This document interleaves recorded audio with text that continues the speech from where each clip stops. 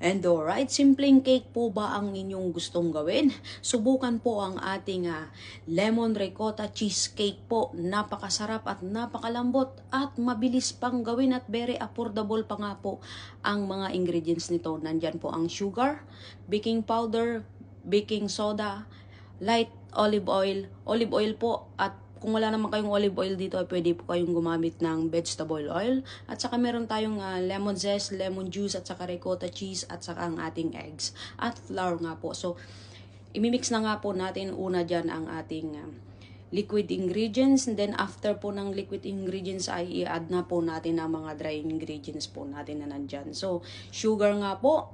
After nga po natin mamix yan, ilalagay na rin po natin ang flour at saka ang ating mga baking powder. So, ayan nga po, habang nagmi-mix po tayo dito ay nakapag-preheat na po ako dyan ng ating oven, at ang baking time po niya ay 30 minutes and 180 degrees po. Napakabilis at napakasarap po.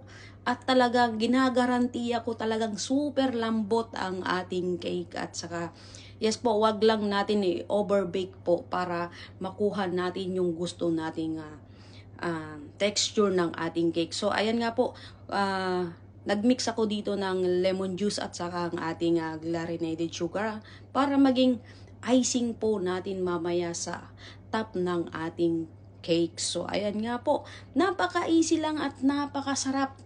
Yes po, subok ko po, kaya ayan, i-recommend ko po itong cake po na ito sa inyo. So, ayan nga po, ready na nga po tayo at ready to serve na nga po. And I hope you guys meron kayong natutunan sa ating video for today, at sana po ay magaya nyo rin po o kaya subukan po dahil talagang napakasarap ang cake na ito. So, follow for more guys, and thank you for watching. Bye-bye!